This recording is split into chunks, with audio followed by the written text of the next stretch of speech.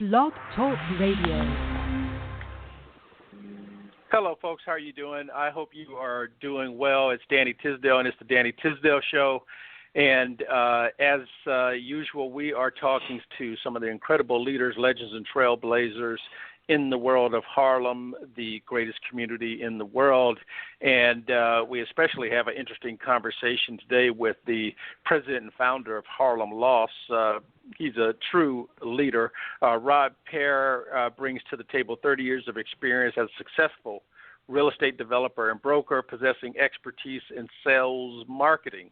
He is a licensed real estate broker in New York, North Carolina, Virginia, a licensed contractor in New York, and a member of the Real Estate Board of New York.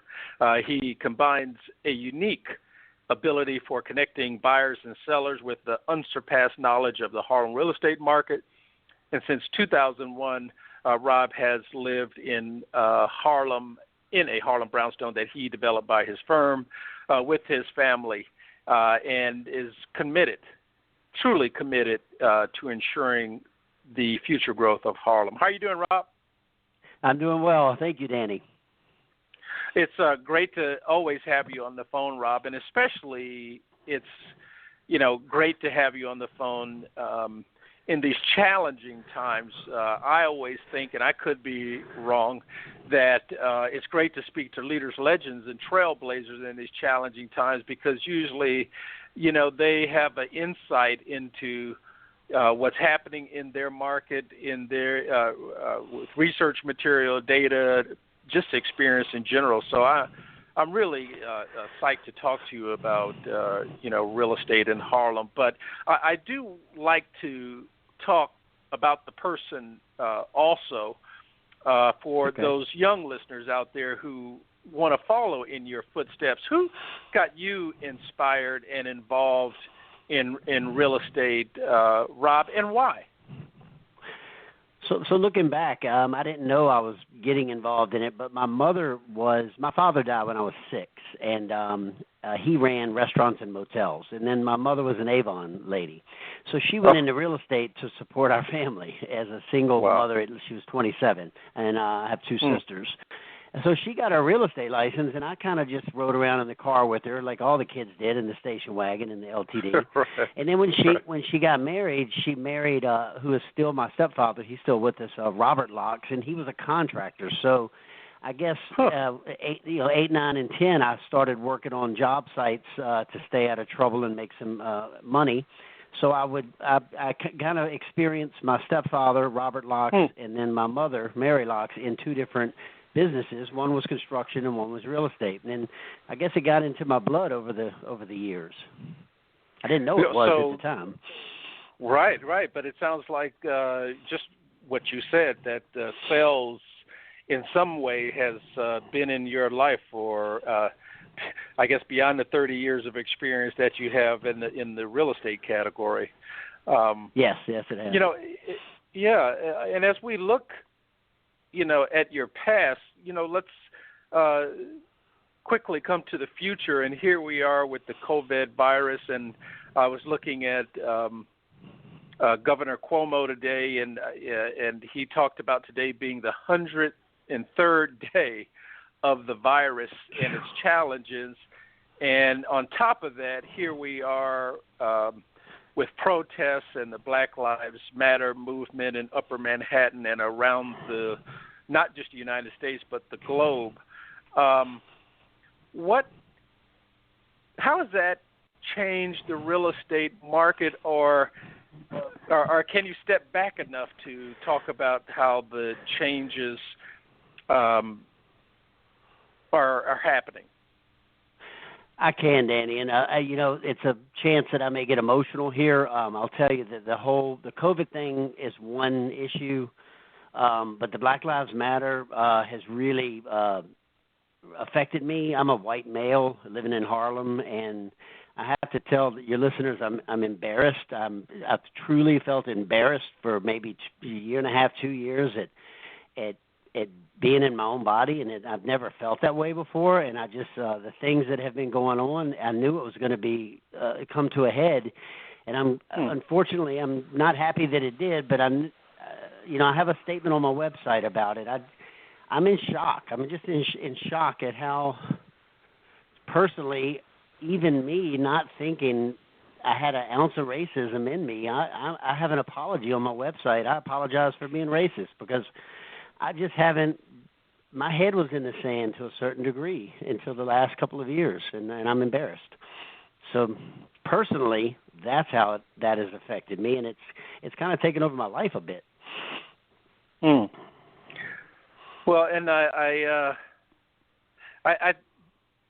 know that that's the not the same, maybe similar, maybe different, but it's the challenges that I think we're all having to some degrees, but in different ways. I'm a black kid from Watts on the West Coast in Los Angeles, and I remember the Watts riots, and I thought that we had,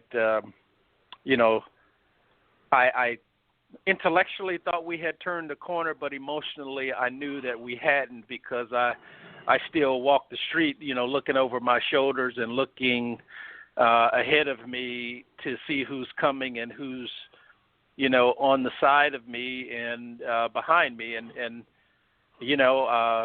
I'm not a young guy, so it is a challenge, and it's very upsetting, and yet I am my mother's child, and she, raised us all to be extremely optimistic as long as we are alive. And I'm extremely optimistic, and it doesn't hurt to have a friend like you and a business associate that cares. And I think that it's building, I guess, on our feelings. How do we take steps from here to in big ways or small ways to change our little world. And that's what I at least intend to do with going forward with Harlem World Magazine. I don't know what that means, but I do want to work a little differently while still staying in business, but I think I can, and hopefully, we can together. I'm sure I know I was talking sure to and I don't want to stay in this space for too long, but right. I was speaking to a friend of mine, and I never thought I would say I'm kind of glad that I don't have kids, because I in this atmosphere, I want them to love this country that I love. I want them to love people that look like me and don't look like me, because what's happened doesn't speak for everyone. It's not the majority, it's the minority of people who feel the way that they do. So I hear you, brother, and let's do what we can do to change this. But I was looking at a video of yours, and it was from yours, Harlem Lofts, and it was talking about the Q1 report. And can you talk about that a little bit, Rob? And I know that was April, but how much has changed? Or we're talking about 1 or 2 months. Maybe it hasn't changed much. But where's Harlem heading? I can tell you what's happening. So we started with COVID-19, and the COVID-19, it came out, roughly March 17th is when we were packing our bags and people were leaving Manhattan, and the quarter ended March 31st. So everything up until March 15th was, even in the fourth quarter of 2019 and the first 2.5 months of 20, were solid as predicted. Prices were getting better if you were a seller. Values were going up, and the real estate industry was coming back after like a 3.5-year flat period. And then when COVID-19 hit, where we are now, I'll fast forward to today. We do YouTube videos every Friday on the market, so I'll get that data first thing in the morning and do a YouTube video tomorrow. But we're pretty much at 50% of the sales volume on the market compared to last year. Exactly at 50%, and this is over the last 9 week period. So, Robb, that's 50% down compared to last year. So the sales volume is the amount of real estate on the market. So let's say normally we have. Oh, I see. We normally have 100. Let's say 100, and now we have 50. So, but the price of those properties that are closing are at the same price as they were last year. The prices haven't dropped, but the amount of properties that you have to choose from is 50% has decreased. less. So literally, we have 60 now. Last year we had 95 at this time. But the people that are discounting, the sellers that are discounting are between the 2 and 3 and the 2 and 3 million and under 2 million. Those are the two pockets that are discounting the most. The higher end properties, 3 and 4 million and above, are not really budging yet. Oh, good. So that's where we are. You said yet. Do I hear? Or should I maybe I shouldn't. I should stay positive. And what do you mean by yet? Well, I get phone calls every day because we do market reports on the area. But the downside to a market report is you have to have the data, so you need to be in front of it, right? And we're not in front of it yet. Mm-hmm. I will tell you that there's going to be a correction. There are going to be discounts for the short term. I don't think it's a problem long term. I think real estate is going to be one of the industries that pull us out of this next situation so that we don't go into a recession. I think real estate is one of the areas that is going to be positive. That's my feeling. But for the next few months, you're going to see an adjustment. Yes. So people that don't need to sell their property right now, I'll tell everyone in Harlem, if you don't need to sell it, if you don't have something else to do, don't sell it, because the long-term play in Harlem is positive, even with, and I can get into detail, COVID-19, Black Lives Matter. The Harlem is still going to be positive from a real estate standpoint in the long run. Can that be? This may not be a fair question. Can that be said for the rest of the nation? I don't. That's a longer show, Danny. Okay. That's a longer show because Harlem is good, but that's a longer show. There's some. We have a lot of stuff going on right now. Yeah. I see. So, wow, that's. Well, that's certainly optimistic for Harlem, and I always believe in, I don't know if you know that I'm a numismatist, I'm a coin collector, and I always, look at the market based on the long term. I'm just going to sit on the money that I have no matter what, and in some ways that sounds like what I hear you saying, just look at the long term and sit on it and just ride it out for the most part. If you can, and it works for your life goals, I would say do that, yes. And I mentioned this before. Not many brokers will tell you don't sell your property because that's where, we make our money in the transaction. But right. I truly believe in Harlem to a point where I can't think of a better investment from a real estate standpoint, even with what's going on. Is it co-ops over, maybe that's your niche, but what is the better investment versus condos versus loan brownstones? Is one better than the other, or any of those two or three? This is one man's opinion, but I have one. Always, when you can control your space in a townhouse is the answer. A townhouse is, if you can get a townhouse, that's your best bet because you control your space. You can make adjustments. You don't have to deal with boards. You don't have costs going up because other people want to do improvements that you don't want to do. I mean, you control your space, and you're still in Manhattan. You control your outside space. You control your roof space. I mean, it's a different feeling than going to a board meeting and asking permission, to add something, or having them add something and sending you an assessment that you owe money.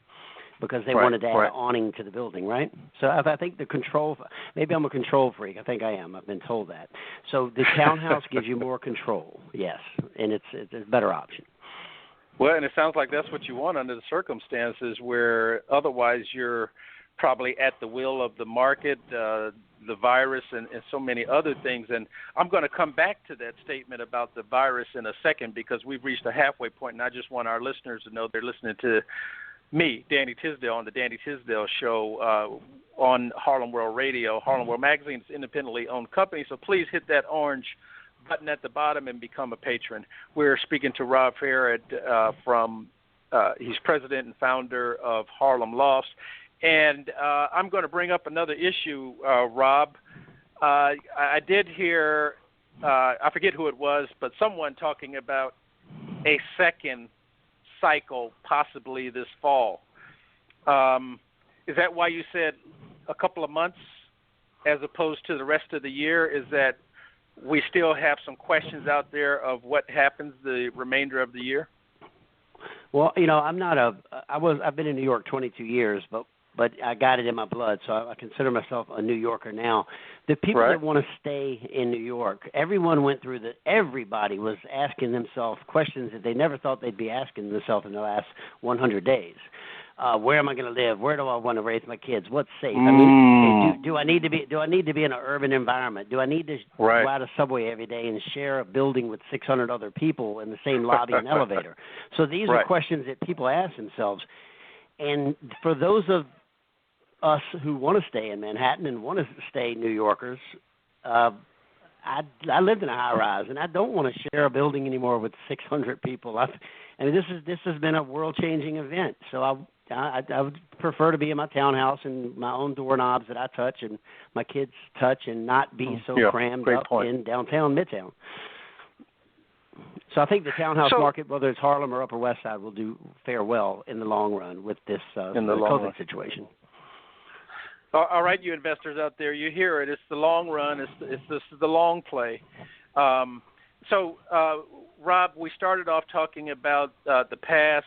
We just got finished talking about the present. So, you know what I like to do when you're on the show is to ask you to take out your crystal ball and do some projections for me, and further than the end of the year and next year. 10, 15 years out, where do you see the market? Is 125th Street the new 42nd Street? Well, I think it was before all of this, and then the COVID-19 added to it. Obviously, Harlem is, it's in my blood. I believe in it, but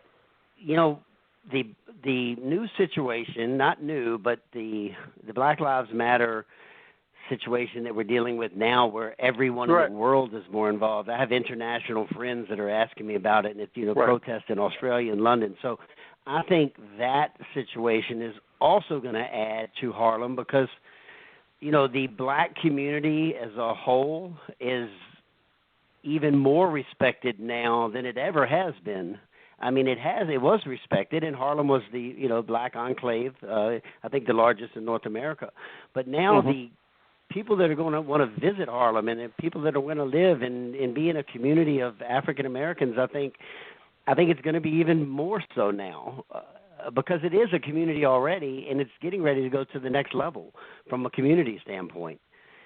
If we have less police and more community working together to keep crime down in different ways than we did in the past, it's only going to get better. It really is. And I agree with you, but I agreed with you for different reasons. But I love the reason that you give because I hadn't really looked at it in that way, and I'm always curious about the future because I'm positive about the future, and I love and like what you're saying and really look forward to that. And so would townhouses, even looking 10 to 15 years out, still be the investment? For me, yes, 100%. That's my prediction. Okay. And I could go on and on. I mean, it seems like every time there's a problem somewhere, it just adds more value to the fact that, you have space, light, air, community, everything about Harlem townhouses. And I'm not selling anything here. I live in a townhouse. I'm living the dream. So it's just, I'm a little biased because I'm living it, and it feels good. And I think it's going to feel better now. Yeah, I think you're right on point. Very with optimistic. There are some listeners out there, Robb, both young, both somewhere in the middle, and some who are older, and they want to get into real estate. I'm going to come back to this question that I'm about to ask you, because I think I have another one that I really want to pick your brain a little bit, because you're a sales guy, and I'm just curious, what can you tell someone else out there who's in sales, and maybe they have a small business, they're in sales, and they're being challenged right now? Are there any insights that you can give him or her on how they can up their game in this atmosphere? I know it's not fair because I didn't prepare you for this, but I know how skilled you are. I'm living it. Again, I'm living that one too, so I don't have to prepare for those answers. I got thrown into work from home, and my entire staff did, and we had to make adjustments. And what I would recommend to any small business owner or young person getting into business, if you have a business, and Danny, you don't have a lot of time off. It's not what people think, because there's always something to do. It's always something to do. So I would look at the task you've been trying to get to, whether it be building your website, building your social media presence, or creating efficiencies in your accounting system, the stuff that you've been trying to do for the past 5 years and you haven't had time to do it. Now you're working from home. Spend that commute time as a minimum back and forth, at least 2 hours a day, focusing on those areas that you never have time to focus on. And that will put you coming out of here ahead of everyone else. And that's what we are doing as a company. We're working harder than ever, but we're focusing on things that we can control right now, and letting the stuff that we cannot control sit on the sideline. That's my recommendation. Well, and that makes a whole lot of sense. And we're already, as I knew coming in to speak to you, we're already at the 5-minute mark. But I did want to ask you, with all that's going on, Robb, COVID, the protests, and just the challenges on the business side, how do you kind of unwind when you go, if it's going home? How do you unwind and kind of do a reset for yourself? So right now I'm stuck with my family. I have 4 kids, and the word stuck is the wrong term. But instead of looking at it as being stuck with them, although the beginning was a little bit of a challenge. The adjustment period was tough. But what I've learned is you got to look at the silver lining. This is a blessing that I'm spending time with my 4 boys that range from 9 to 16 that I would not have the chance to do otherwise. So every day I work, I work probably from 7 in the morning until 6:30, and then 6:30 we're outside, we're on the roof, we're doing something, cooking, and nice. I'm enjoying the kids and my wife, and we don't have a choice but to stay home. So it actually takes a lot of pressure off. I'm planting spices and flowers. I don't do that stuff. But I'm enjoying it. I'm watching grass grow. I have a patch of grass I planted. I mean, it's really interesting. And seeing I would have never done that. It's unintended growing. positives. Right. It's unintended positives of these situations, and you got to embrace them. Unintended positives. I love unintended positives, and we need more of them. And Robb, as usual, before, as I said, we're at that mark almost here. But before I let you go, please share with our listeners how they can stay in contact with you. And for those investors out there, they might call you about that townhouse. Can you give me your contact information? Yes, I can. So we now are working on the things that I wasn't able to work on. So if you go to our website at the bottom, you'll see a bunch of YouTube. We have a YouTube channel now and all this stuff that we didn't have before. And, they're a little hack right now. We're working them out. It'll be more professional as we move forward. But I would go to our website, harlemlofts.com. Go to the bottom, click on one of those links. You'll see our post on Instagram, YouTube. We have educational series. We have market reports. And a lot of the stuff we do is interesting stuff that we give away for free, like educational and market reports.